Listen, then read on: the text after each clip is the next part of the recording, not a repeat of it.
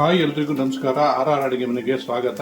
ಇವತ್ತು ಒಗ್ಗರಣೆ ಹಾಕಿ ಒಂದು ದೋಸೆ ಮಾಡ್ತಾ ಇದ್ದೀನಿ.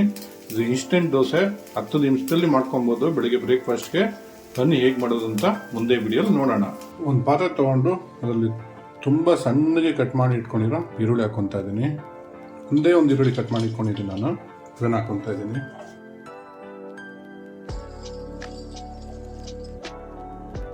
ಸಣ್ಣ ಕಟ್ ಮಾಡಿ ಇಟ್ಕೊಂಡಿರೋ ಮೆಣಸಿನ್ಕಾಯಿ ಹಾಕೊತಾ ಇದ್ದೀನಿ. 1 ಕಪ್ಪು ಅಕ್ಕಿ ಹಿಟ್ಟು ಹಾಕೊತಾ ಇದ್ದೀನಿ. 2 ಕಪ್ ಅಷ್ಟು ಮೈದಾ ಹಿಟ್ಟು ಹಾಕೊತಾ ಇದ್ದೀನಿ. ಒಂದು 50ರಿಂದ 60 ml ಅಷ್ಟು ಗಟ್ಟಿ ಮೊಸರು ಹಾಕೊತಾ ಇದ್ದೀನಿ. ರುಚಿಗೆ ತಕ್ಕಷ್ಟು ಉಪ್ಪು ಹಾಕೊತಾ ಇದ್ದೀನಿ. ಸ್ವಲ್ಪ ಶುಂಠಿ ತುರಿದು ಹಾಕೊತಾ ಇದ್ದೀನಿ. ನಾನು ತುರಿದು ಹಾಕೊತಾ ಇದ್ದೀನಿ, ನೀವು ರಸ ಬೇಕಾದ್ರೆ ಮಾಡ್ಕೊಂಡು ಹಾಕೊಬೋದು.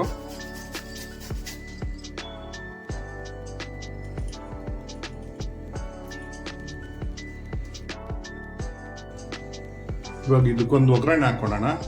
ನೋಡಿ, ಇದಕ್ಕೆ ಸಾಸಿವೆ ಜೀರಿಗೆದು ಒಗ್ಗರಣೆ ಮಾಡಿ ಇಟ್ಕೊಂಡಿದ್ದೀನಿ, ಅದನ್ನ ಹಾಕೊತಾ ಇದ್ದೀನಿ.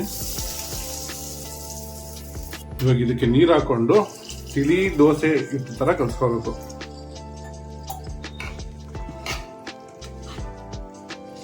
ನೋಡಿ, ಗಂಟಾಗಬಾರ್ದು, ಹಂಗೆ ನೀಟಾಗಿ ಕಲ್ಸ್ಕೊಬೇಕು. ನೋಡಿ, ಅದಕ್ಕೆ ಕಲ್ಸ್ಕೊಂಡಿದ್ದೀನಿ ನಾನು. ಈ ಥರನೇ ಇರಬೇಕು. ಈ ದೋಸೆ ಕಲಿಸ್ಕೊಂಡು ಈ ಅದಕ್ಕೆ ಇರಬೇಕು. ಇವಾಗ ಬನ್ನಿ ಇದನ್ನ ದೋಸೆ ಇಟ್ಕೊಳ್ಳೋಣ. ನೋಡಿ, ಇವಾಗ ಹೆಂಚ್ಕಾದಿದೆ, ದೋಸೆ ಇಟ್ಕೊತಾ ಇದ್ದೀನಿ.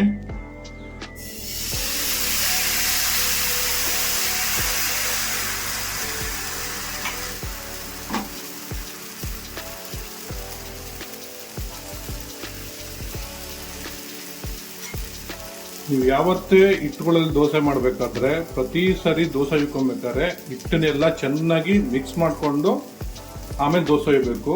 ಏನಕ್ಕಂದ್ರೆ ಹಿಟ್ಟುಗಳಲ್ಲಿ ಮಾಡಿದಾಗ ಕಲಸಿ ಹಂಗೆ ಬಿಟ್ಟರೆ ಹಿಟ್ಟುಗಳೆಲ್ಲ ಕೆಳಗಡೆ ಹೋಗಿ ಕುತ್ಕೊಂಡ್ಬಿಡುತ್ತೆ, ನೀರು ಮೇಲೆ ಬಂದ್ಬಿಡುತ್ತೆ.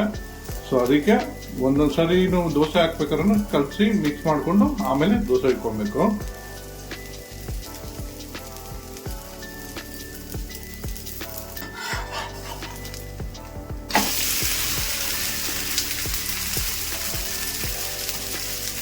ನೋಡಿ, ಎಷ್ಟು ಚೆನ್ನಾಗಿ ಬಂದಿದೆ. ಎರಡು ಕಡೆನೂ ಚೆನ್ನಾಗಿ ಬೇಯಿಸ್ಕೊಬೇಕು. ಮೈದಾ ಹಿಟ್ಟು ಹಾಕ್ತಿರ್ತೀವಲ್ಲ, ಸೊ ಅದು ಚೆನ್ನಾಗಿ ಬೇಯಬೇಕು.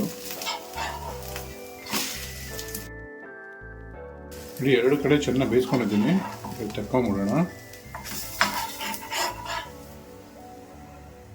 ಒಗ್ಗರಣೆ ದೋಸೆ ರೆಡಿ ಆಗಿದೆ. ಟ್ರೈ ಮಾಡಿಬಿಟ್ಟು ಹೇಗಿತ್ತು ಅಂತ ಕಮೆಂಟ್ ಮಾಡಿ ತಿಳಿಸಿ. Thanks for watching our video.